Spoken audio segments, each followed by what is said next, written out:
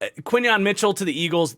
You can't keep getting away with it. You can't keep getting away with it. What is going on, everybody? Day one of the NFL draft is in the books. Before we get into grading all of those picks from last night, I want to say thank you, everybody, for joining me here on YouTube for the live stream last night. I do want to apologize. I had some technical difficulties getting things off the ground early that were certainly not expected. So we had to pivot with a lot of the preparation I had for this stream. I wasn't able to do a lot of the cool stuff I was looking forward to. So thank you for your patience as we got through that. I am very confident I will have that stuff working here tonight for day 2 and, of course, tomorrow for day 3, and can't wait to see all of you back here for the streams the next couple of days. But for this video, we are going to be revisiting every pick from the first round, and I suppose regrading the picks. I do give live grades, but now plenty of time to kind of let things process some of the crazier picks. Kind of thinking about all the reasons why these teams made these picks and putting out our final grades on them. So please do hit that like button as we get started, and let's dive in. Also, definitely a disclaimer here. I grade on a pretty tough scale. If I have even one little thing to say, I'm gonna ding it down. But like a B grade is a very good grade in my opinion. I know it doesn't always come off that way, but I think people can be a little bit too, I don't want to say generous on draft grades, but you see a lot of draft grades and it's like 25 picks with an A, and I read that and I'm like, okay, but what were like the really good picks, you know? So I'm trying to use that A to really differentiate. You guys get what I'm saying. So I do want that disclaimer in there. But let's start with the Caleb Williams pick at the top of the draft.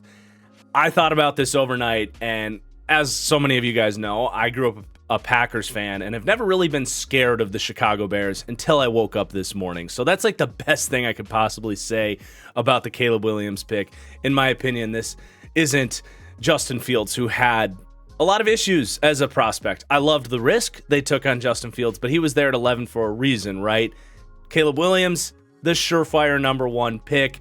I even said on the stream last night, and I'll stand by it, I think his expectations and his hype are being a little bit undersold because of a lot of variables. Because his fan base was saying they'd rather have Justin Fields a few months ago. Because Bryce Young, the number 1 pick last year, was such a flop. Because the Bears have had such a bad track record with quarterback, and because he paints his nails, and a lot of people don't like that about him. So I actually think the expectations and how incredible this pick is for the Bears, I think it's all being undersold a little bit. And when you package all of this together, the fact that they weren't supposed to have the number 1 pick, they didn't think the Panthers were going to give them the number 1 pick when they traded down last year. There's no way they could have expected that. The fact that this fell into their lap, maybe in the way that an Andrew Luck did because Peyton Manning missed the whole season and that got them the number 1 pick. Sometimes things just happen for a reason, and I'm actually going to give this the highest grade I can give, the certified steal, because they weren't the worst team in the draft. They weren't supposed to have this pick, yet they're getting a near-generational quarterback prospect. So I'm going certified steal for the first pick. Today's draft stream is brought to you by Underdog Fantasy. As a diehard NFL fan, I get it. The summer months can get a little bit long with our professional sports as we wait for our football to come back. But thanks to Underdog Fantasy Pick'em contests, they can help you spice up your interest in MLB, NBA playoffs, NHL playoffs with their Pick'em contests, where you can string together stats on anywhere from 2 to 5 players, and you can cross sports too. You can go Shohei Ohtani home runs mixed with Anthony Edwards points, you name it, all the way up to 5 players with the chance from small entries to win massive payouts. My wife and I are huge Twins fans. We have season tickets, and Underdog Fantasy keeps me glued to the edge of my seat, waiting to see if our starting pitcher is going to, get his 30-something fantasy points, or if we're going to get that 7th inning home run I'm waiting on. Even when your lineup doesn't hit, it can feel like you're winning because it just ramps up your interest in every single game. I love Underdog Fantasy. I know you guys will too. And of course, they have NFL when it picks back up, including their best ball tournaments as well. And most of all, if you sign up right now using promo code TFG, they will match up to $100 on your first deposit. That's plenty to participate in all your other sports over the summer, and then you got a stash waiting for you for football in the fall. So that's promo code TFG at Underdog Fantasy. Thank you to Underdog for sponsoring today's stream, and let's get back to the draft. All right, then we have Jayden Daniels at number 2. The narrative shifts pretty dramatically for me here. I'm not a fan of this draft pick for Washington. Now, I'm going to give this a C- grade for them. It's certainly not the end of the world, but it is clearly not the pick I would have made myself. That would have been Drake Maye, the quarterback out of North Carolina that I thought was a tier in his own as QB2, and I thought Jayden Daniels was much closer to this crop with Penix, McCarthy, and Nix than to a guy that you're considering taking over Drake Maye. So that's my major criticism on this. I think when it comes to Daniels, he is an older prospect than Maye that has more issues as a passer. I don't think he sees the middle of the field all that well. When he scrambles, he's scrambling to run as opposed to Drake Maye, who's scrambling to throw. So I think you can make a case that Drake Maye is actually better overall at extending plays and in an NFL way. Not to say Jayden Daniels isn't very good at it, but I think Drake Maye is exceptional at it. The arm talent is dramatically different. Drake Maye has a way stronger arm than Jayden Daniels. Now, you would give Daniels the nod when it comes to the deep ball accuracy, but I think you would give Drake Maye the nod when it comes to short to intermediate accuracy. And the thing with Drake Maye is he is younger. He hasn't been playing football for all the way back to when he was 11 years old. He was a multi-sport athlete. His footwork is still a work in progress, and that does lead to some inaccurate throws down the field, but I think those accuracy issues have been quite overstated at this point. He still drops absolute missile dimes deep down the field. So I just don't really understand valuing Jayden Daniels over a Drake Maye, and maybe they were in that interview room and they just did not like what they heard from Drake Maye, right? But based on the film, I do not agree with this. Based on the upside, I do not agree with this. And I think the biggest indictment of this pick is every single Patriots fan I know out in Boston, watching this at the bar, is just ordering shots, celebrating when the Commanders make this pick, because for New England at number 3 to get Drake Maye, I have to give this a certified steal for a similar type of reasoning with the Bears. You weren't expecting to land this level of a quarterback prospect based on where they were. When the draft pick order shook down in January and New England was sitting there at 3, it's like, crap, we're missing out on the top 2 quarterbacks in this draft. We're going to have to pivot, and our future at quarterback is very much in question. That's not what's happening here. They celebrate getting Drake Maye, who I think in a lot of drafts would be the number 1 overall pick. Now, I obviously am a big fan of Drake Maye. I'm very high on his upside. I think he's somewhere between Justin Herbert and Jordan Love as a prospect. Now, the work's not done. It's not, okay, we drafted Drake Maye, he's going to carry this organization for the next 15 years. That's certainly not where New England's at. And if it was New England drafting Jayden Daniels, I'd be even more concerned, because I do think he's a worse prospect. But what I'm getting at here is the situation in New England is not ideal. It is far from it. I would argue they have the worst surrounding cast for a quarterback in the National Football League. You have a new play caller, an unproven play caller coming in. That's not even the starting point, really. It's the offensive line and the wide receivers. I don't really want Drake Maye starting right away, not because of the footwork and some of the stuff he needs to develop. I think that stuff, he's a good enough player that he could develop that stuff while he plays.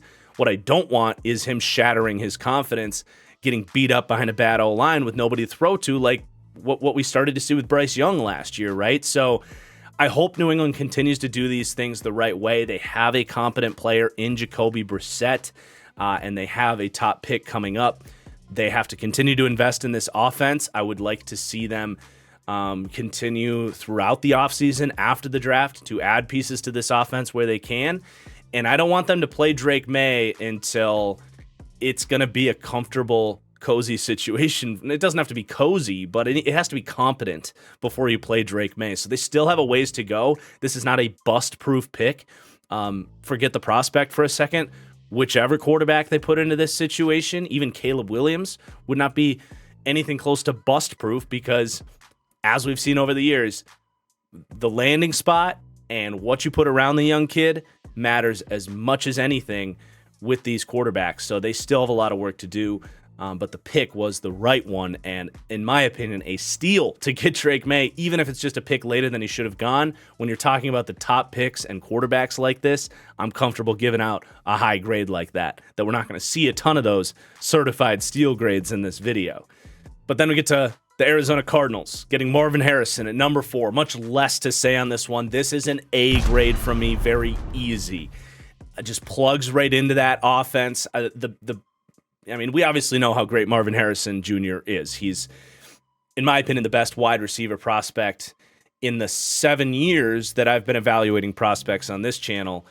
He's the best one. He is a true generational prospect, and I'm just very happy for the Cardinals, for Kyler Murray, for Cardinals fans, that the Cardinals sticked with this pick and made it. There was a lot of talk of them trading down and, you got to collect draft capital and, fill in all the needs on this team. And it's like, well, they did that last year. They did come back up for a guy they liked, but at some point, you got to just take the blue chip players that are there available to you. And I'm very happy that they did that. Yes, you need to fill out depth and have other issues on this team. That's why they have other picks throughout the draft.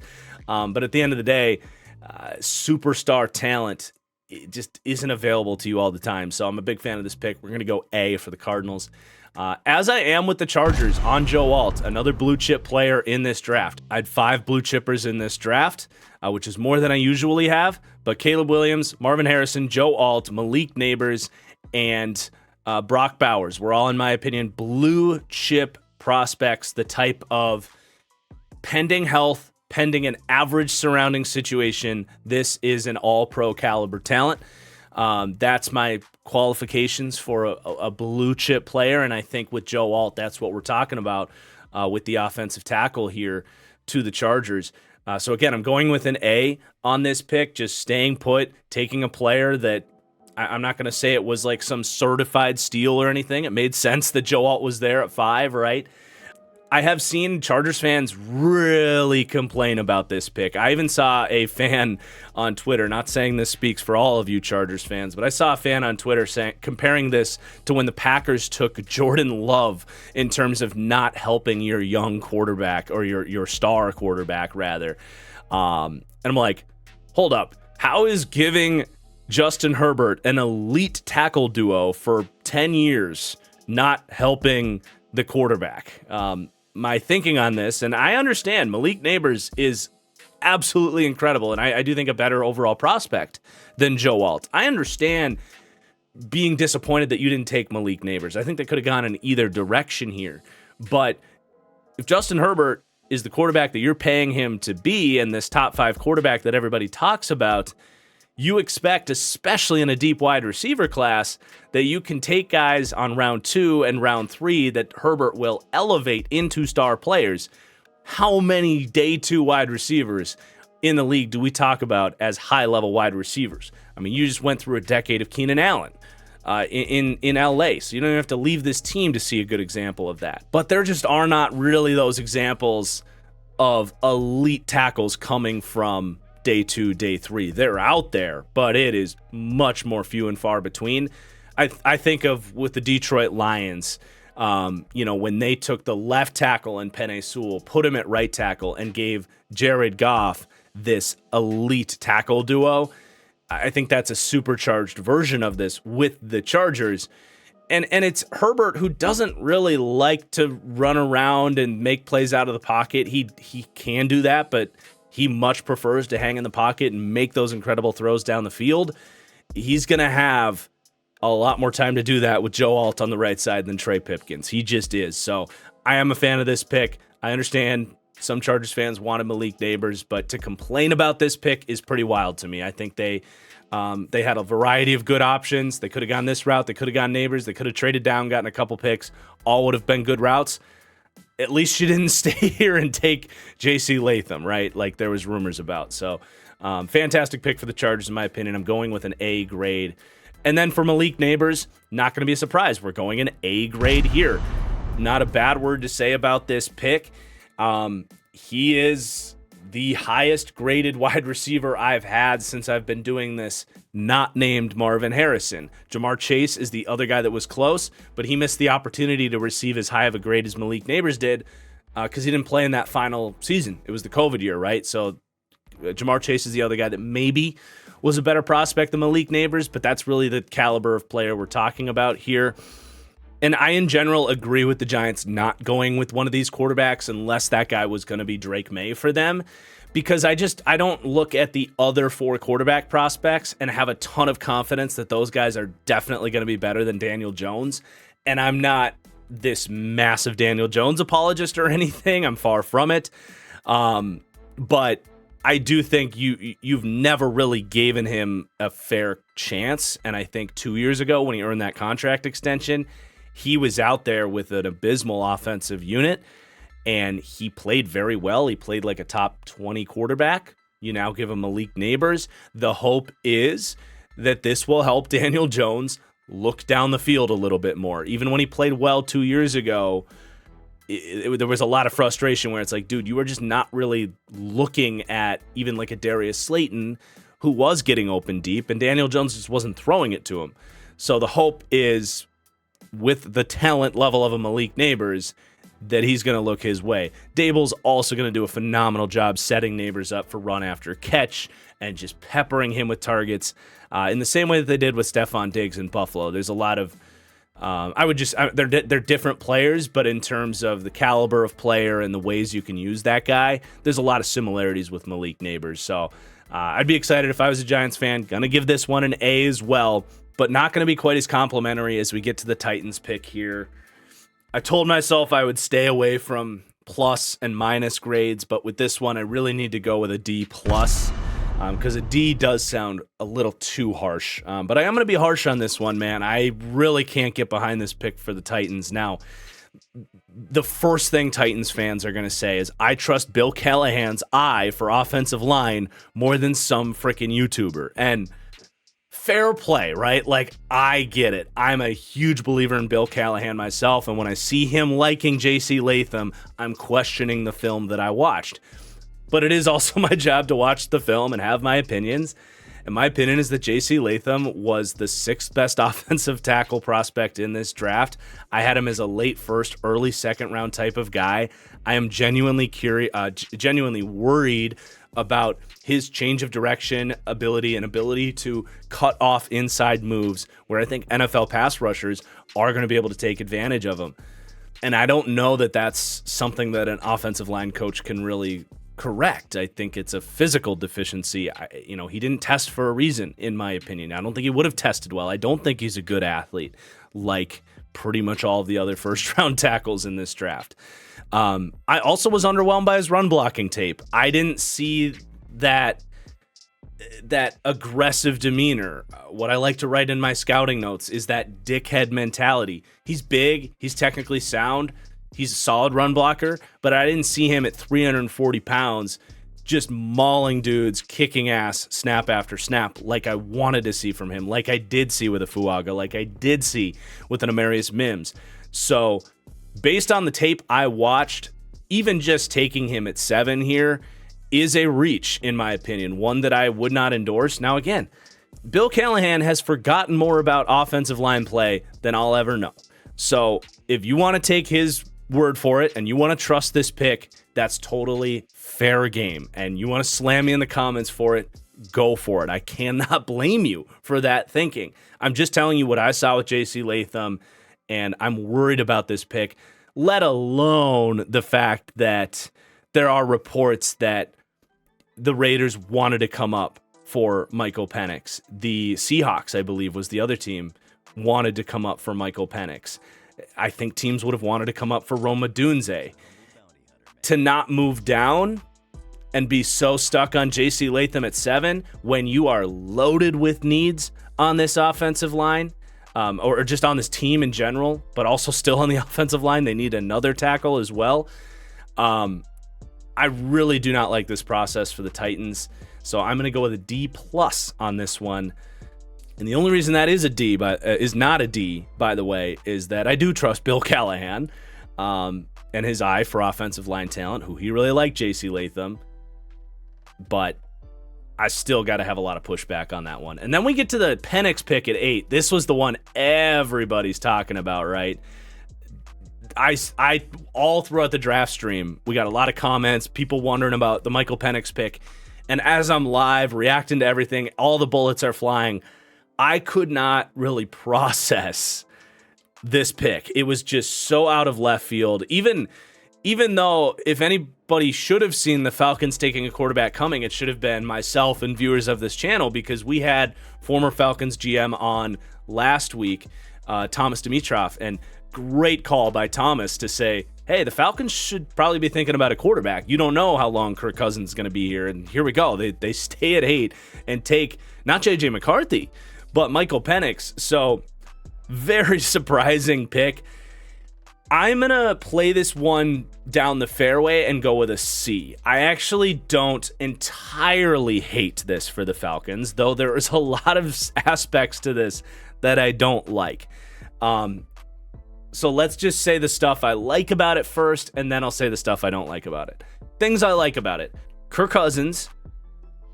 Granted, if you were worried about this, why'd you sign him in the first place? And that's one of the negative notes on this. But now that he is your quarterback, he is 36 years old, coming off an Achilles injury. The concept of drafting a quarterback to sit behind Kirk for 2 years so that you just don't, you have that peace of mind if Kirk goes down, but you have that peace of mind for the future in terms of who your guy is. I understand that thought process. I think people will also be critical of, why Michael Penix over J.J. McCarthy and Bo Nix? I had those guys all tiered together as kind of mid-first, late-first, solid options in the first round. I'm not really going to nitpick them in this situation for choosing Penix as their guy over Bo Nix or McCarthy. I did have McCarthy and Bo Nix ranked higher, but it was by a slim margin, all kind of in a tier together with Jayden Daniels, in my opinion. Now that's just my evaluations. We'll see how that ages, but it's not like I'm slamming them like I did for Washington for taking Jayden Daniels over Drake Maye. I see what they like in Penix and why he was their quarterback at 8. And I think with what the Falcons went through last year with Desmond Ridder and Heineke, it's like we just really don't want to go through that again, please. Like, they have all of these pieces offensively. They are so set up for success. What if Kirk Cousins isn't who we think he is? So those are the positives. You got to get the quarterback position right. You just do. So there are actually sides to this pick that I will sit here and defend a little bit. But, man, dude, you did sign the 36-year-old quarterback. You did hire a defensive head coach, which in general is more of a shorter-term play, because I like that they got Zach Robinson as the offensive coordinator. But as you project 2-3 years down the road, if they have success, he's gone. That's the pain of hiring a defensive coach. Ask the people in Buffalo, or just remember what happened when you had Kyle Shanahan and he left and things went downhill. So I really looked at the Falcons pairing the defensive coach hiring, an older owner, the Kirk Cousins signing, all together with we're going for this window that we have, playing in the worst division in football for the next 2 to 3 years. And you take your number 8 pick, your best opportunity to improve the defense now after you load it up on offense, and spend it on a quarterback.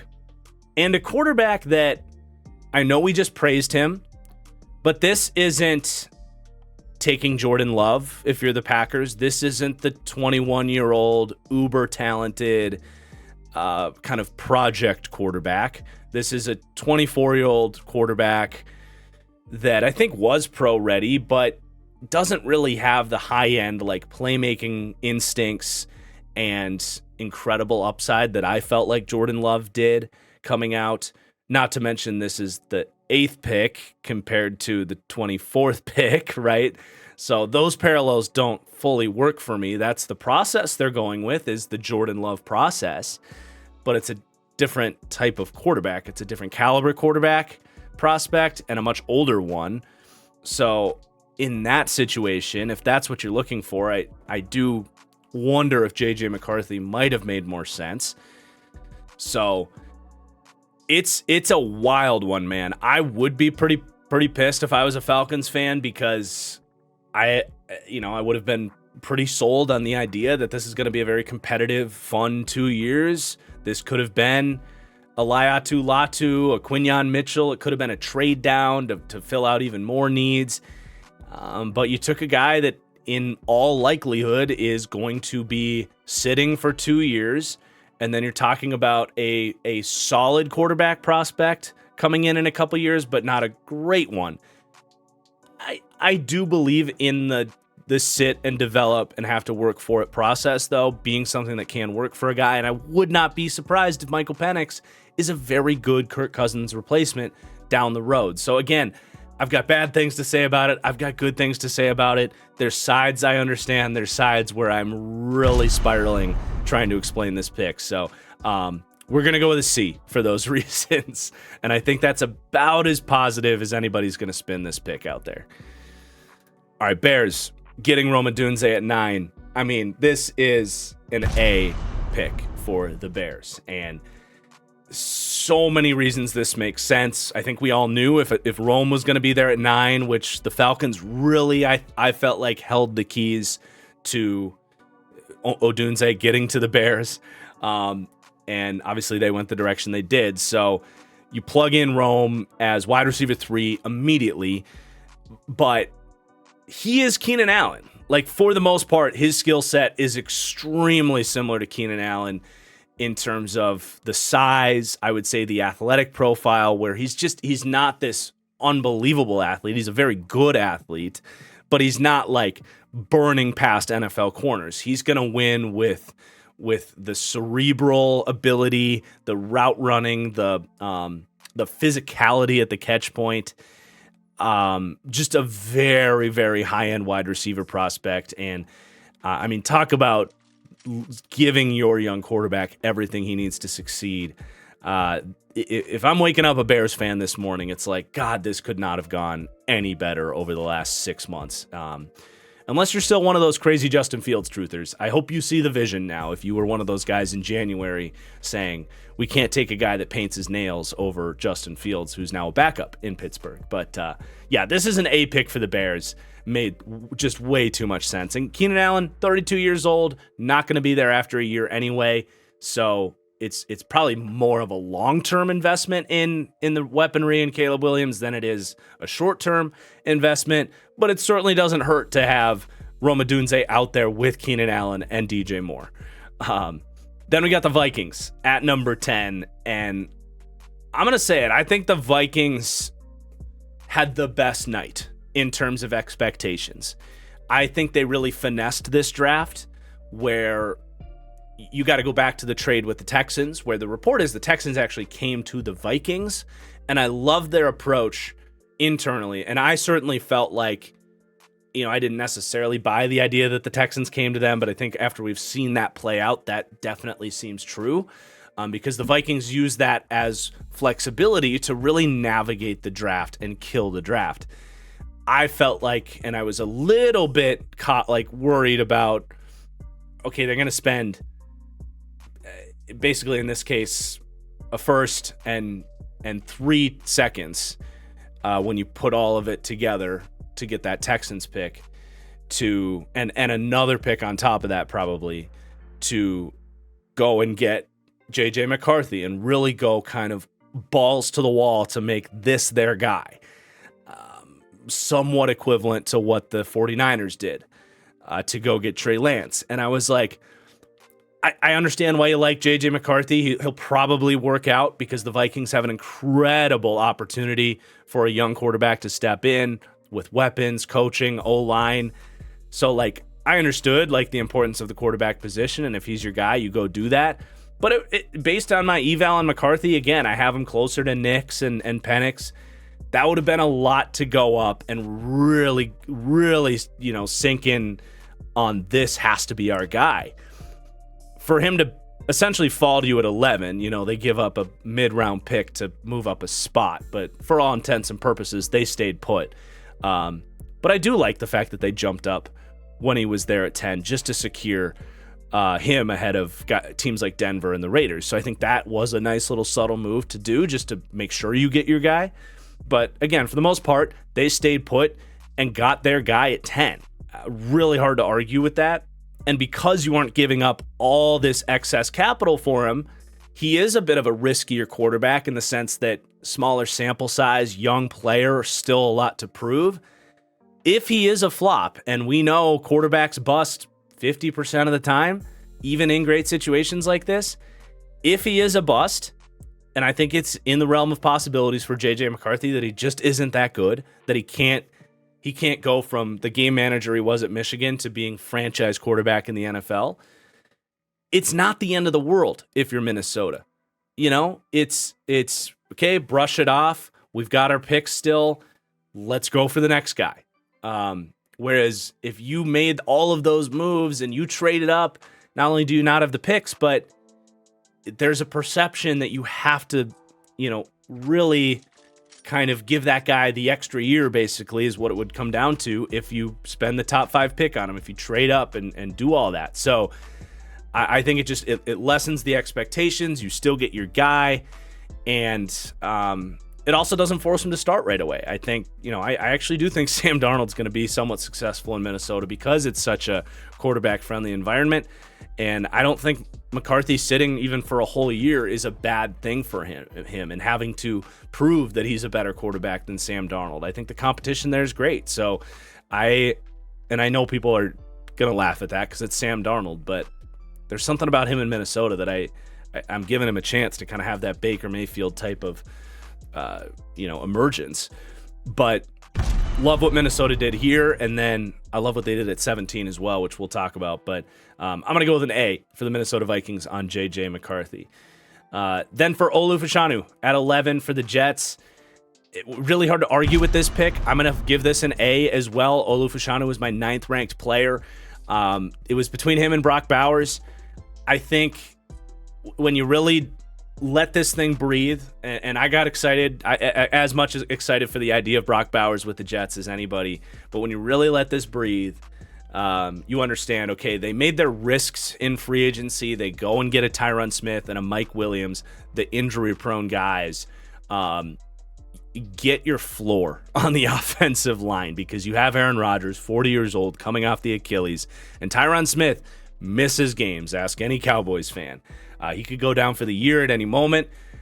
He could miss 6 games. At some point in this season, you're not going to have Tyron Smith available for you. Or Morgan Moses, an older right tackle who's missed games. At some point in the season, you will have games where you're going in, you're getting throughout the week, and you're like, crap, Morgan Moses isn't playing this week. Or crap, Tyron Smith isn't playing this week. Thank God we got Olu Fashanu to step right in, who is an incredibly high floor pass protecting offensive tackle. I think he's every bit worth the pick and makes a ton of sense. And then he's also an investment in the future as well. There's no guarantee that the Jets win a Super Bowl with Aaron Rodgers this year, right? There's no guarantee Aaron Rodgers is there next year. Tyron Smith could retire when Aaron Rodgers leaves. Wherever this regime goes in the future, Olu Fashanu can be a big part of that. So and not that Brock Bowers wouldn't have been, but I really can't argue with the Olu pick here at 11. Then we got the Broncos taking Bo Nix. This to me is a solid B pick. Not going to sit here and be like, oh my God, this was some incredible steal or great value, but I do think this makes sense for where the Broncos are at. So much so that I think every single mock draft I did, throughout this draft process, I had the Broncos taking Bo Nix, just because he does seem like the scheme fit for Sean Payton, where as opposed to what Russell Wilson was doing, Bo Nix is really good at taking those first reads when there is well-schemed offense. Bo Nix is going to take advantage of it, and then he will improvise on top of that. I really broke this down in the stream, like in depth. So if you want more on it, one of you amazing viewers, in fact, I'm going to take a second to figure out the username here, because one of you commented the timestamps from the live stream on every single pick reaction, which is absolutely incredible. If you're out there, try and ping me, and I want to give you a gift card or something, because that was amazing work to do that. It was Trayson McGrady, so shout out to Trayson. Come find me. Gotta reward you for your hard work. Same applies to anybody crazy enough to do that for day 2 or day 3. I got you. But to sum up what I was talking about on the stream was, there's a lot of Brock Purdy, a lot of Jalen Hurts that I see in Bo Nix, where he'll take what's there, play on time, make the most of a good situation, and then very quickly we'll pivot to playmaking mode. Scramble drill, great instincts, going back to kind of who he was at Auburn. He's built a very logical thought process at quarterback that maybe isn't the highest floor player, where he's going to bounce around the pocket and find third or fourth reads and make these unbelievable like tight window throws in the pocket or anything like that. But he's a very solid quarterback. I think can be a top 15 to 20 guy for Denver. So to stay put and take that at 12, it's a solid B pick for me.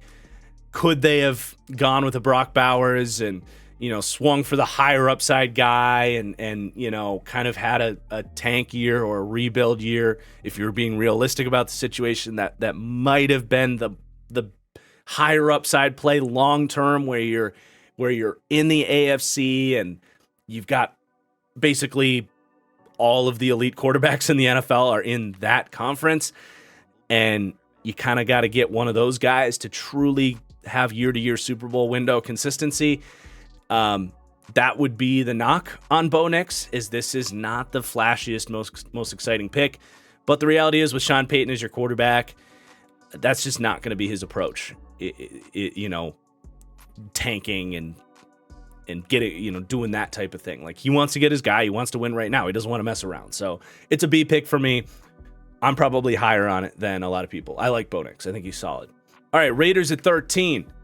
Going Brock Bowers. Definitely was one of the surprising picks. I don't think we really pegged the Raiders as a Brock Bowers team.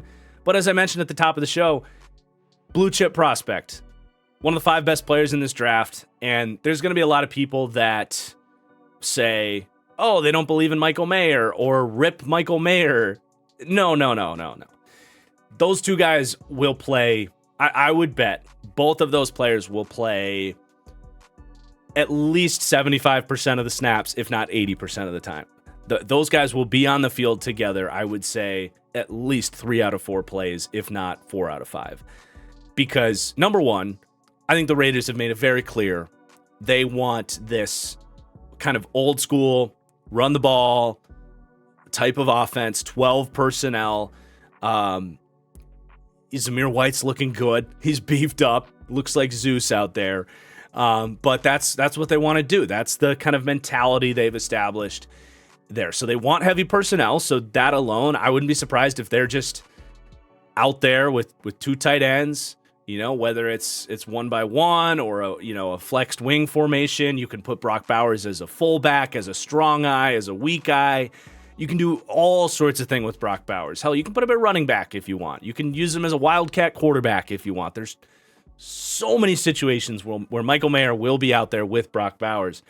But when they're not in 12 personnel, though it will still be viewed as 12 personnel because he is listed as a tight end, he will be their slot wide receiver, because that is also what Brock Bowers can do. He is an incredible route runner. He just destroys slot corners and safeties on 2-way goes. Get this guy in a crossing route. Get the ball in his hands on a bubble screen. There's just so many ways to use Brock Bowers. this does not mean Michael Mayer is just a wasted pick last year. Far from it. You have created a headache of a formation problem because you don't know how they're going to come out. They'll get in the huddle, and you're going to be like, okay, are they going to come out and pound this down our throats? Is this going to be a strong eye? Is this going to be, two heavy tight ends on the line? Or are we flexing this out going empty? They really have a lot of flexibility here, and I think it makes a ton of sense. Now, I'm curious to see what they go with for right tackle. I'm curious if they can find a guy. Like, I would love Blake Fisher for them in the second round. If they can land that, would be a slam dunk. But I'm going to go A for the Raiders here. I think people get a little bit stuck in like, oh, okay, he's the tight end ahead of Michael Mayer, wasted pick. Like, no. This is so much deeper than that. Then we got the Saints, Taliese Fuaga. This one's tough because, like, I don't really have anything bad to say about this pick, but it doesn't quite feel like an A to me. I think he's a very solid player. I don't think he's like a great pass protector, and I think for Derek Carr, that's really important. So, like, I personally would have gone with Fautanu. I just think he would have been a better player for what they need. Also, if there's any chance Ryan Ramczyk can ever get back, Fautanu is more of a left tackle or right tackle, whereas Fuaga is just a right tackle. But a B also feels harsh. So this is a situation where, like, I feel like I need to go like B+ on it because it's a very solid pick, right? It fills a big need. He's a very good football player, and I don't have a lot of bad things to say about it. They had to make a tackle pick. We all kind of knew that. But I also, I don't know that this guy is going to be like some superstar tackle for the Saints either. Very incredible run blocker. I think he's going to be an average pass blocking tackle. I probably would have gone on it with a different player, but and I like Mims better as well. So I guess I do have some slight dings on it, but it's a fine pick. It's a solid pick. You're not going to cry about it if you're a Saints fan. Okay, Latu at 15. I love this pick for the Colts, man, and this was kind of a ring the bell moment for me on stream with Latu being the number one edge off the board. I think that became a little bit more of a consensus opinion as we approached the draft, but 2 months ago I did that in my edge video and had Dallas Turner falling to the late teens in my mock drafts, and people are like, wow, you hate Dallas Turner. I'm like, no, I just think Latu is the first guy off the board if I'm drafting, and it was really cool to see that. The finesse, the polish, the floor that he brings to the Colts pass rush, it's just so hard to argue with that at 15. I'm going to go with an A pick for the Colts here. But it's not just the floor. I think he's a higher ceiling player than we talk about. The injury discussion was tough for us outsiders because we don't really know what's going on there. But it does feel like with it being a neck issue that was 2 years ago that since has not kept him off the football field, it seems to be entirely in his past. He hasn't missed a game since. So if that's not an issue, there's no reason he shouldn't be edge one in this draft because I think his ceiling is close enough to Dallas Turner. And unlike Dallas Turner, you don't have to wait 2 or 3 years to get that ceiling out of Laiatu Latu. He's going to be their best edge rusher right away. All of a sudden, Samson Ebukam and Kwity Paye become secondary pass rushers, which I think is their rightful place on the depth chart. I can't run out of good enough things to say about this pick. So we're going to go A for the Colts. And likewise with the Seahawks getting Byron Murphy at 16. I do think they got to be really aggressive to get an interior offensive lineman on day 2. And I know they don't have a second round pick. So that's the only thing that's like, we'll see where this goes. Because I think that's a really big concern for Geno and that O-line is the interior there. But it is hard to pass on Byron Murphy at 16, man. Defensive tackle, it's underrated by the public, I think, in terms of how thin this position group has been in these drafts over the last 5 years, how hard it is to hit on a player at this position, and how rare of an opportunity it is to draft a guy like Byron Murphy. So I felt like he was going to be in play as a top 10 pick. And the Seattle, obviously, he was just too good of a player for them to pass up. He's an excellent run defender. He's an excellent pass rusher. His core strength, his ability to win easy leverage at 6'1", 300 pounds. His rip move is unblockable. He really is, I think, the best defensive tackle that we've seen since the Quinnen Williams et Oliver year. So I'm a huge fan. They had other needs, but this was a true best player available pick, and they'll find a way to get him out there with Draymond Jones and Leonard Williams. Then we got the Vikings coming up for Dallas Turner. I mean, you got to go an A on this one as well. Now, I don't think this is some certified steal or anything.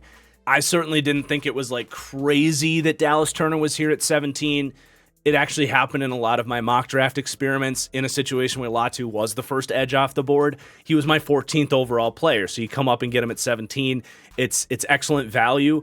And I think you package this with the fact that you were able to keep this pick and not use it to move up for J.J. McCarthy, and you feel even better about it. Again, I kind of praised the Vikings already, but I think they really couldn't have done a much better job with their 2 picks than they did. So the 2 picks together, I think, are A picks, but they would get an S grade, a purple color-coded ranking for me. I think they had the best night out of any team in the league in terms of how they navigated the draft and went about the process. Then we got the Bengals at 18. I mean, I'll talk about it here, but I would also say go check out hit the timestamp on my reaction to them for the Bengals. I think this was one of my better just kind of breakdowns for the night. I probably sound like an ass for saying this, but I think I kind of cooked on the live stream. There was a couple picks where like I kind of went off and I was like, great, nailed it live. I feel that way about the Amarius Mims pick with the Bengals, and I think they nailed it live with this pick. Again, I really recommend you just hit the timestamp on that stream. Broke down why, Joe Burrow can have so much success with these big tackles, why these guys fit their scheme, not just in pass protection, but in run blocking. This is what the Bengals do. They draft for future needs and, shore up these premium positions in the draft. I'm a huge fan of Amarius Mims. He was my number 3 tackle, so, he would have been the guy I picked for the Saints at 14. So I think they're getting a little bit of a value there. I would not be surprised if Amarius Mims hits as like a Tristan Wirfs type of pick here for the Bengals. And you got to remember, Wirfs was the 4th tackle taken in his draft, right? And he ended up arguably the best one. Andrew Thomas finally came along after a rough rookie year, but I would not be surprised if they just drafted an all-pro right tackle in a couple years in Amarius Mims, and he's going to get some playing time in year 1. I think he's too big to play guard for them, but I think it's a good situation to sit and learn from a pair of massive offensive linemen like him, like Orlando and Trent Brown, as mentors, and then will be ready to step in year 2. And Mims doesn't have a lot of time on task playing the tackle position. That was the big knock on him at Georgia. So I think that time to develop is really good for him. There's a lot of stuff I really like about this pick. So I'm gonna go A just because I don't think this was an S, like a certified steal. I want to reserve those for like those holy crap, how did they get this player type of picks. But I don't have a bad word to say about the Bengals taking Amarius Mims. Jared Verse to the Rams at 19. Very self-explanatory pick. You lose Aaron Donald, who has been elevating this pass rush for a decade. I think you can expect that pass rush is going to take a massive drop off. You finally have a first-round pick for the first time since Jared Goff, and you use it to invest in the D-line, where the majority of true starting pass rushers in the league come from the first round. It's a very straightforward pick here. I'm going to go with an A because I think he was their best option with Byron Murphy and Latu and Turner gone.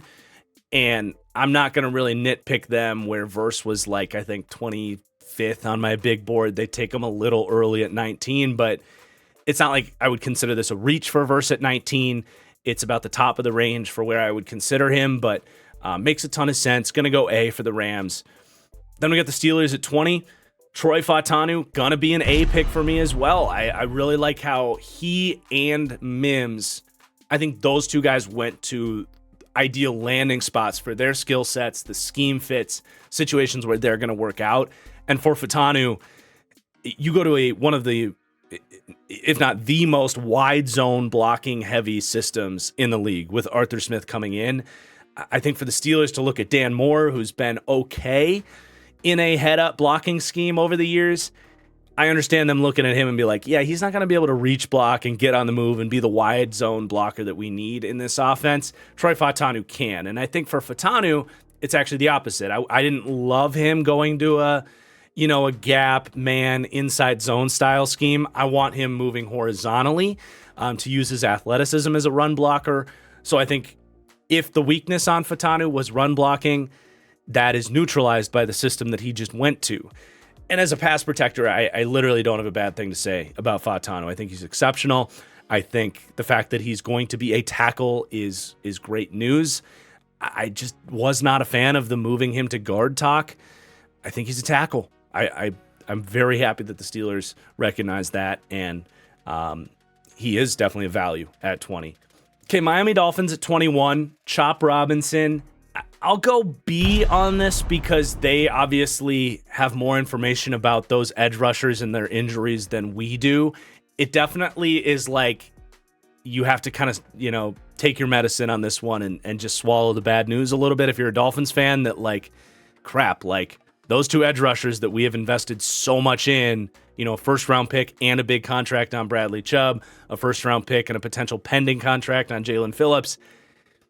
The Dolphins clearly are not confident in the status of that room. So you take Chop Robinson here, which is the absolute earliest I would have thought about him. I had a late first, early second round grade on him, so you get outside the top 20, you can see him going in that range. And the other three edge rushers had gone. So it's tough to argue with him being the pick if they had to go edge. He's a project, though. And I think he's a boomer bust type of prospect. He doesn't have a lot of counter moves. He doesn't rush with a lot of power.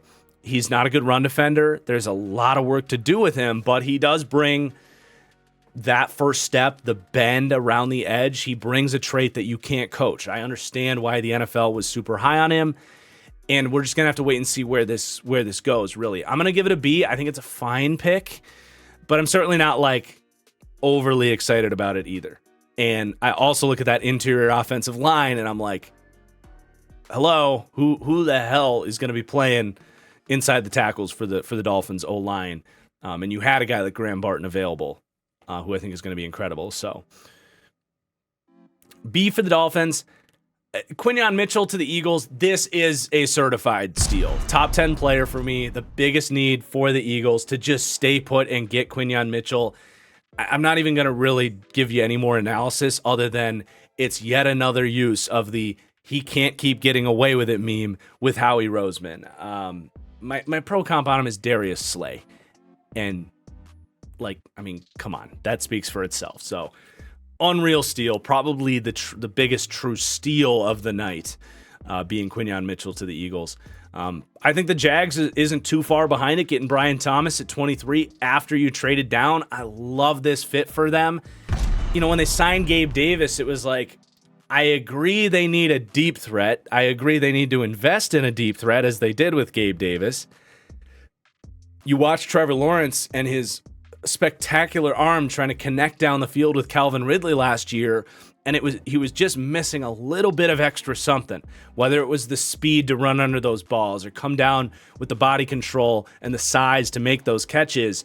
And you're just you just need a little bit extra something with Trevor Lawrence's skill set.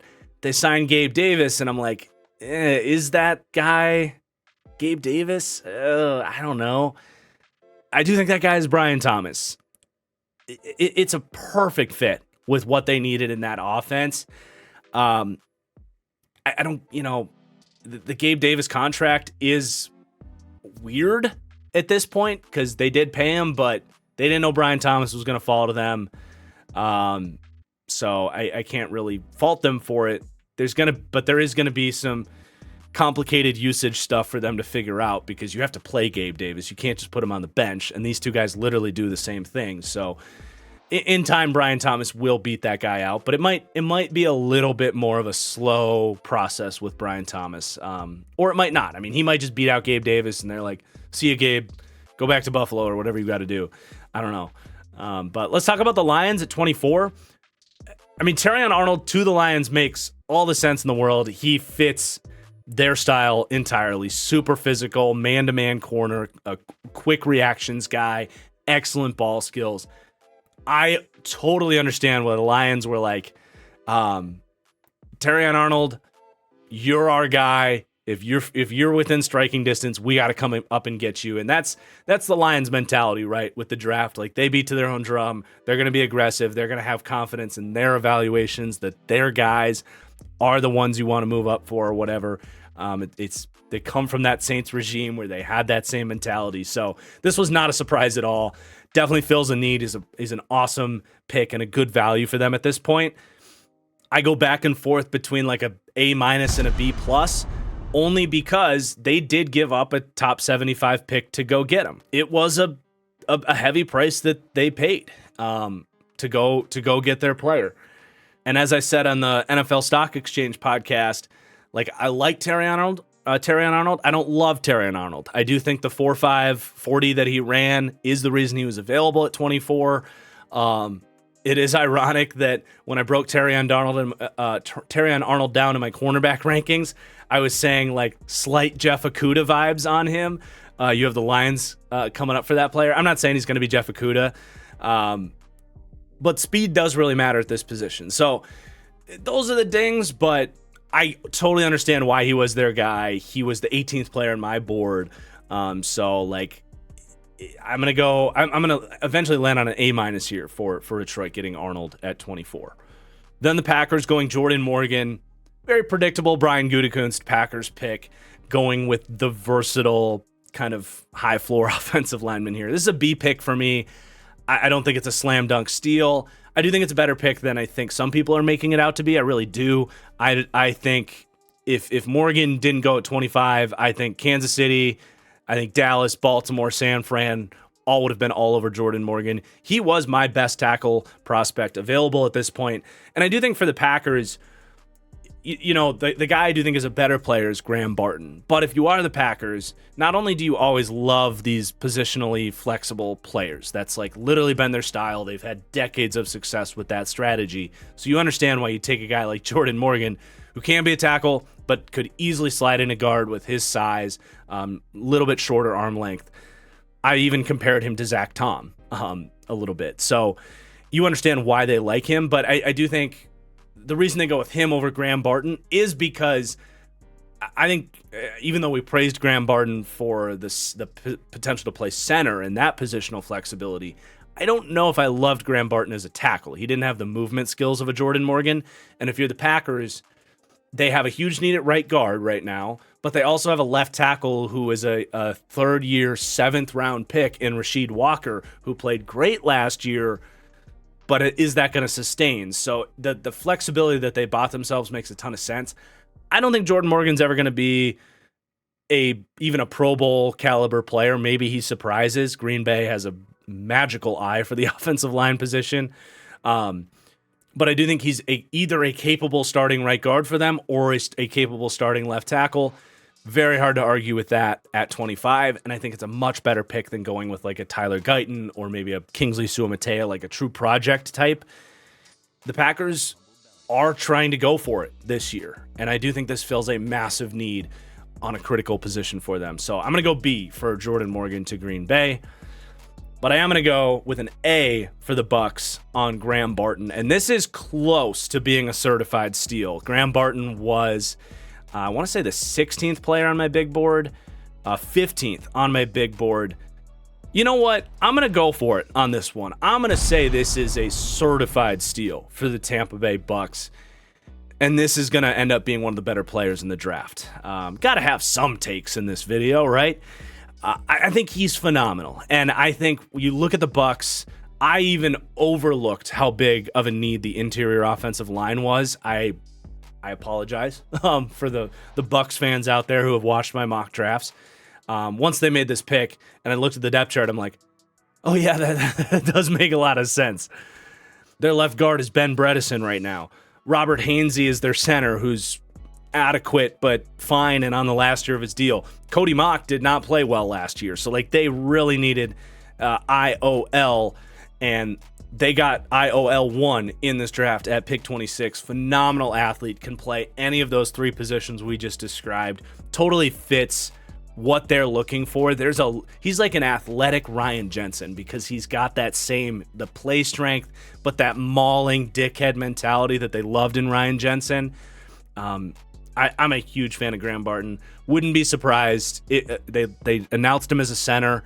I do think that's interesting because I think Hainsey is probably the best of their three on the interior of the O-line.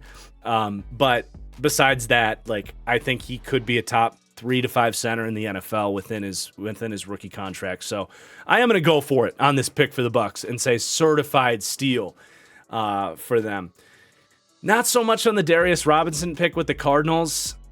Now there was a run on edge, and that's going to push a guy like Darius Robinson up the board a little bit. I still think this was a reach. I thought he was a second round caliber prospect. Now you're at the end of the first round. You're not going to sit here and cry about it. I think he's going to be a very useful player. I think his best case scenario is Leonard Williams, where he's a good complementary starter, like a 2.5 on your D-line is really what Leonard Williams is. I think there's a world where Darius Robinson can be that. NFL Network announced him as an edge. ESPN announced him as an interior D lineman, a D tackle.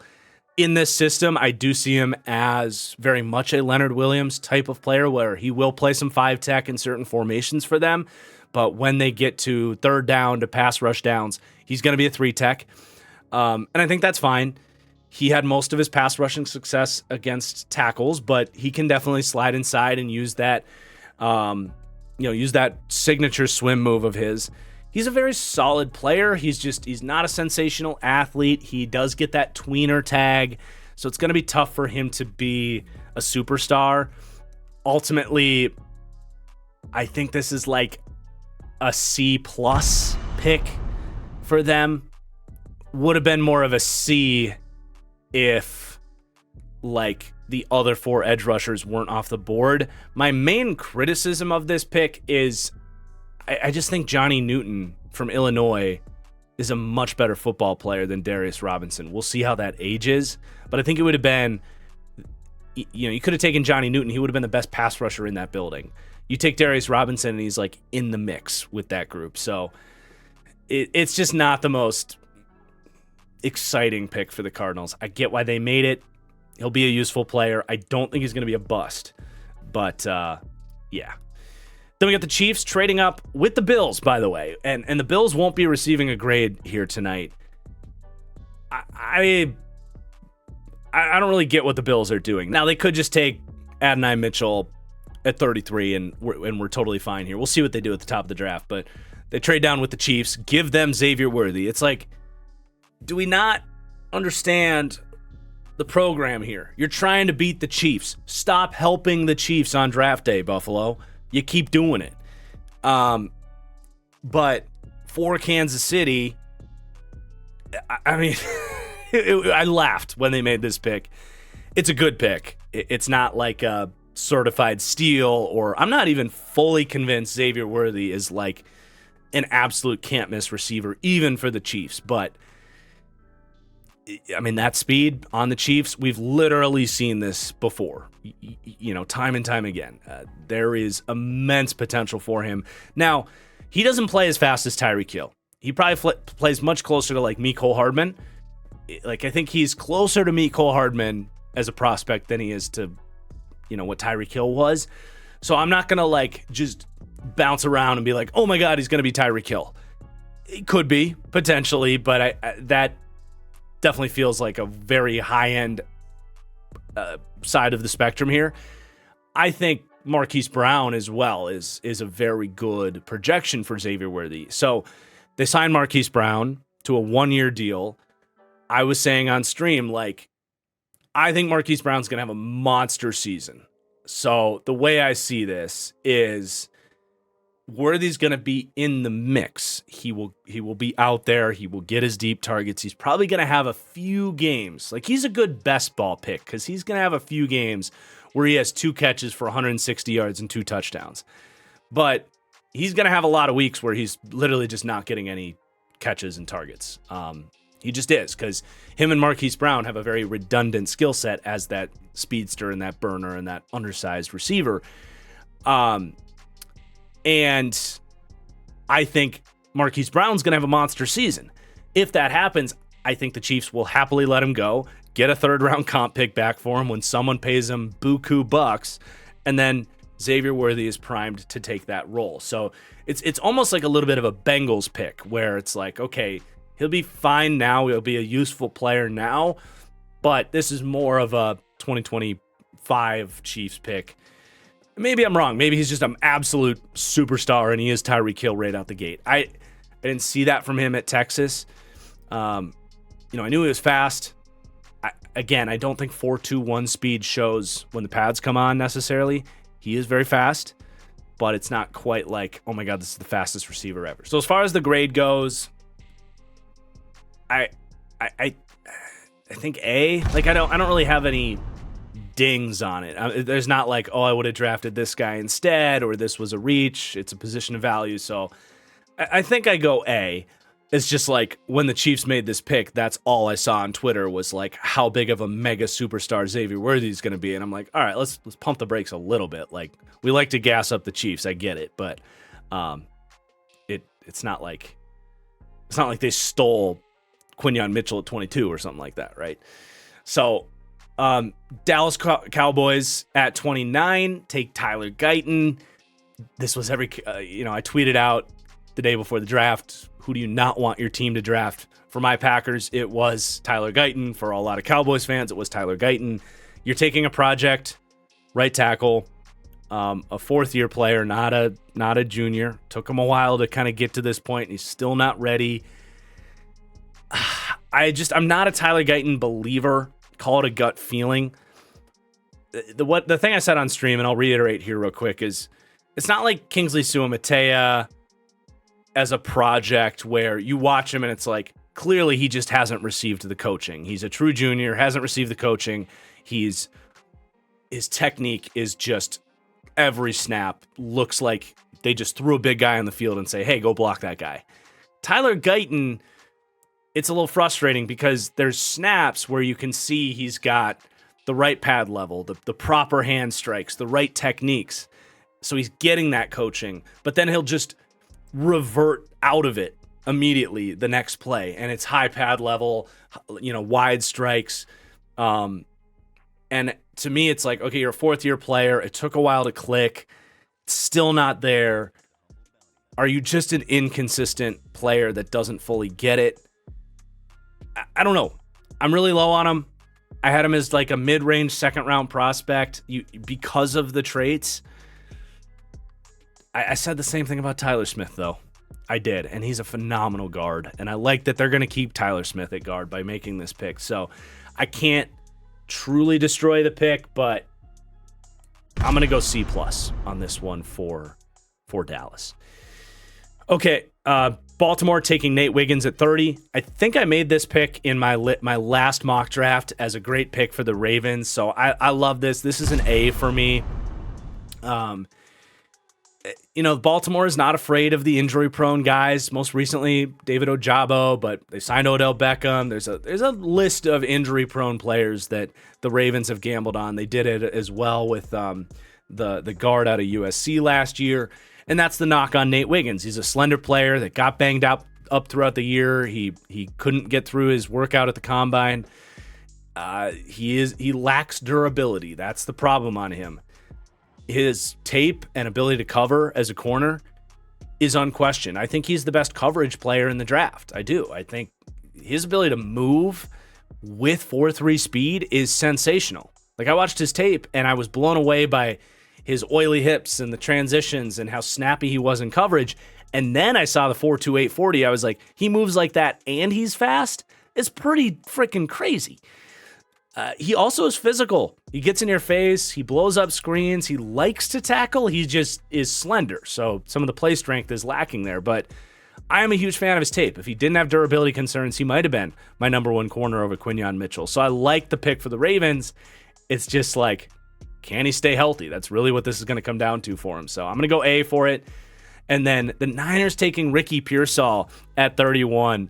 This one was definitely a fascinating pick, but I'm not going to say it's a surprising pick. Where my mind immediately went with this is, okay, that's their Brandon Ayuk replacement. If you showed me all the wide receivers available and said, who is the skill set closest to Brandon Ayuk, I think if you were projecting Adonai Mitchell to hit his ceiling, you would say Adonai Mitchell, but he's a little bit more of a risk.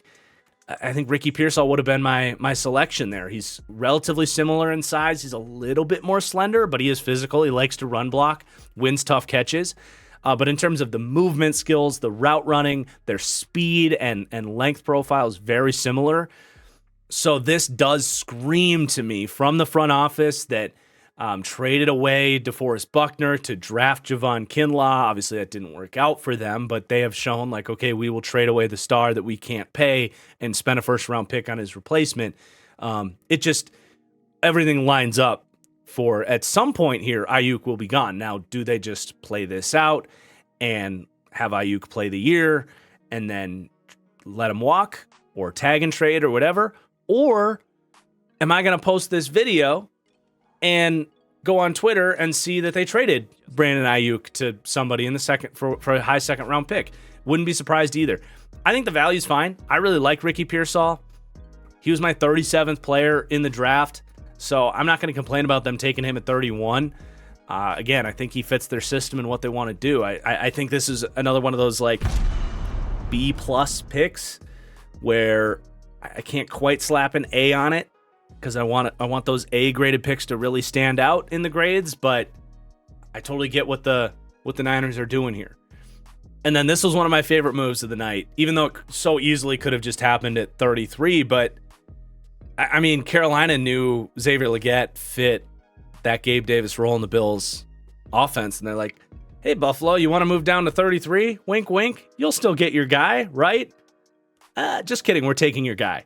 I love that side of it, but I have consistently throughout the last couple of months, really since they got Deontay Johnson, pegged Xavier Legette as the Panthers guy. So many reasons. Another pick where I highly recommend you go check out the time-stamped reaction to my analysis on this on the fly. We went out with a bang raving about this pick for the Panthers, but I think getting that deep threat in there was the last missing piece. You just don't know if Mingo can be that guy. DJ Chark obviously was not that guy last year. But as you watched the Panthers into the second half of the year, it really felt like Bryce Young. I mean, everything was so broken for him, but he lost that part of him that was in there just a year ago at Alabama, where he was a headhunter. He was willing to throw those alerts on those deep posts and throw balls down the sideline and trust his guys deep down the field. A really good deep ball thrower. We saw none of that in Carolina. And I think an overwhelming reason for that is obviously the players that he had weren't there to make those plays, but he just stopped looking halfway through the year. He was like, I'm way too worried about the blitz coming. If anybody's getting open underneath, they've patched all the rest of that stuff up, right? The Deontay Johnson, the O-line, the new coach, like they're going to put him in a much more comfortable situation. And now they have the guy that can take the top off the defense. We criticized Carolina for hiring their general manager internally, but I really don't think he could have done a better job this offseason helping out their investment last year. So I'm going to go with an A for the Panthers because of the fit that this is in their offense, the process to jump up and get the guy that I think Buffalo would have taken, Xavier Legette. We'll see who they go with tomorrow. But sneaky value on here as well. You get that fifth-year option. I don't know if you've noticed, but these receivers be getting that bag. and you get another cheap year of control on Xavier Legette for jumping up as well. So huge fan of that. Going to go A. Legette was 33rd on my overall board. So to get him at 32, right on the money. So there we go. That's basically a recap of the live stream, but we'll be breaking this all down day 2, day 3, every single pick. So do come back, join us live. We'll get all the, nice editing stuff that I had prepared for last night's stream. We'll make sure it's ready to go for the next 2 days of streaming. And I can't wait to see you guys. Thank you for watching. Drop your comments down below where you agree, where you disagree. That's all we got. We'll see you later. Peace out.